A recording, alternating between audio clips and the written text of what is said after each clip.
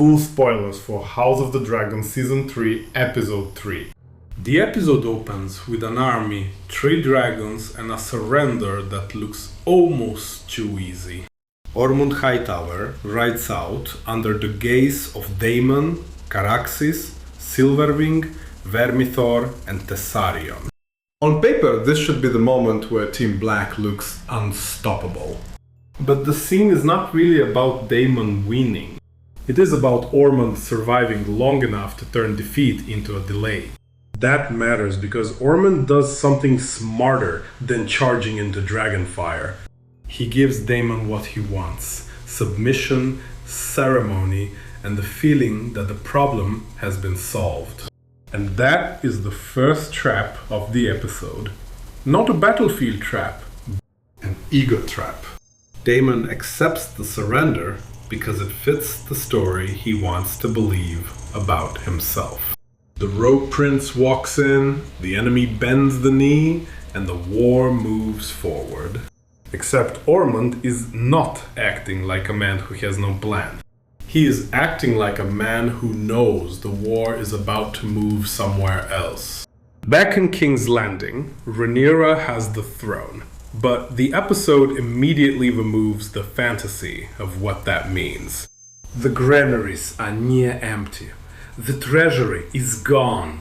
The city is hungry, and every person at the table seems to be explaining a different version of the same disaster. Winning the capital did not mean inheriting a working kingdom.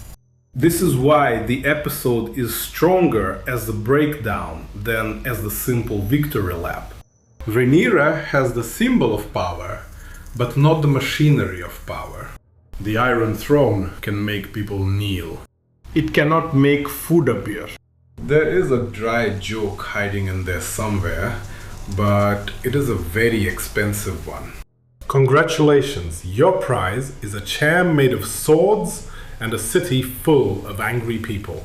The council scenes also make Alicent more useful than comfortable. She knows the city, the old regime, the rhythms of court, and the cost of starving King's Landing. That puts Rhaenyra in an ugly position. She can reject Alicent because Alicent is the enemy. Or she can use Alicent because Alicent understands the city Rhaenyra now has to rule. Neither option's clean. Alicent's role in this episode is one of the smartest reversals. She is not free, but she is not useless. She is not queen, but she still understands the room. She is not clustered, but she may be the only person who can tell Rhaenyra what ruling King's Landing actually costs.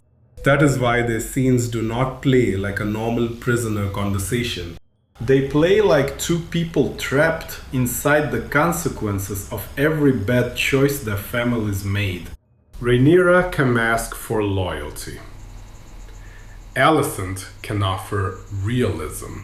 And both of them know that realism feels insulting when you are finally sitting in the chair you spent years fighting for. The interesting question is not whether Rhaenyra should trust Alicent. The question is, what happens if Alicent is right? Because if the people are hungry, if the nobles are waiting, if the Green Network is still alive, then Rhaenyra's first problem is not Aemon. It is administration.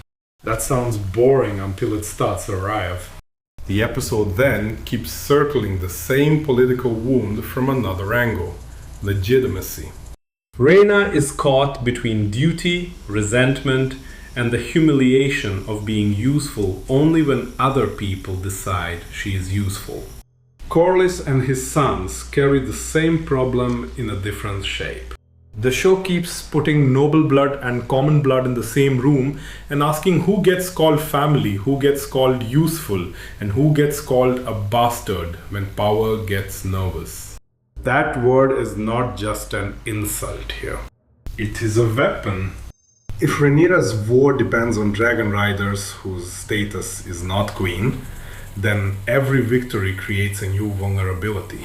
This is where the episode quietly connects to the bigger Dance of the Dragons problem. Dragons can solve a military problem and create a succession problem at the same time.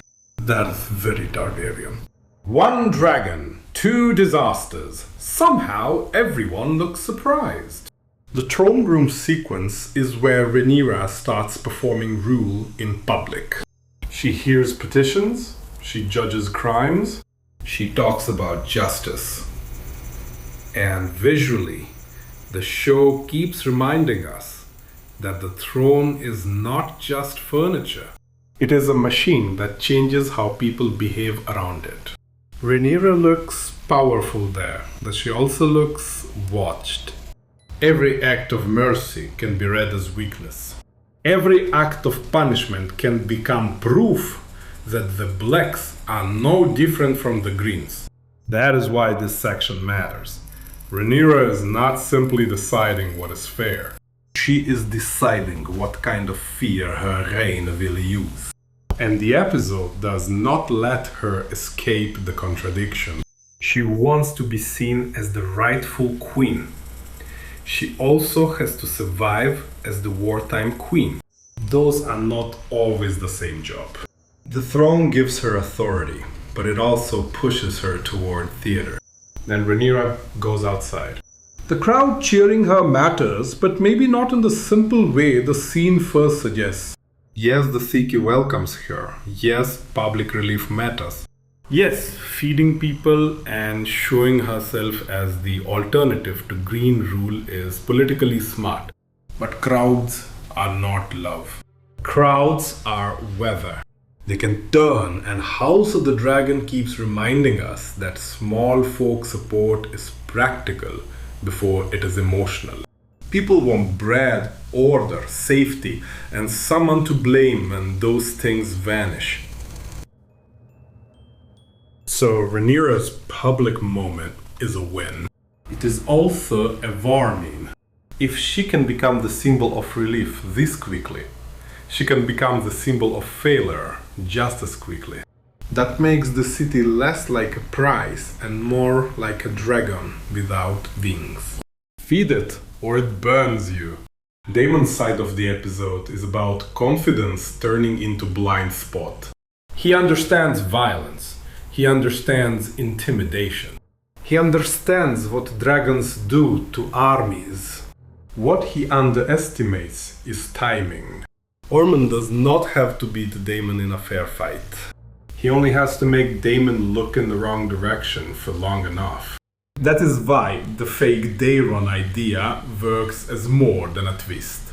It attacks the Greens' weakest and strongest idea at the same time: the need for a living Targaryen symbol. If Daeron is real, the Greens still have a dragon prince. If Daeron is fake, the Lie can still move armies, scale cities, and buy time. That is the nasty word. In a civil war, a useful rumor can be more dangerous than a dead fact.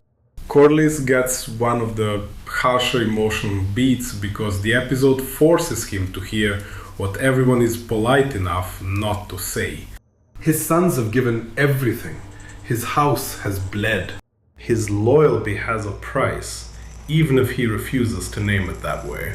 And when the word bastard enters the conversation, the show is not just poking an old wound.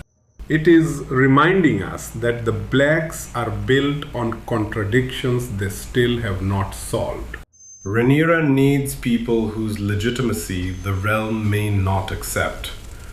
Corlys needs recognition that may destabilize the very order he is protecting.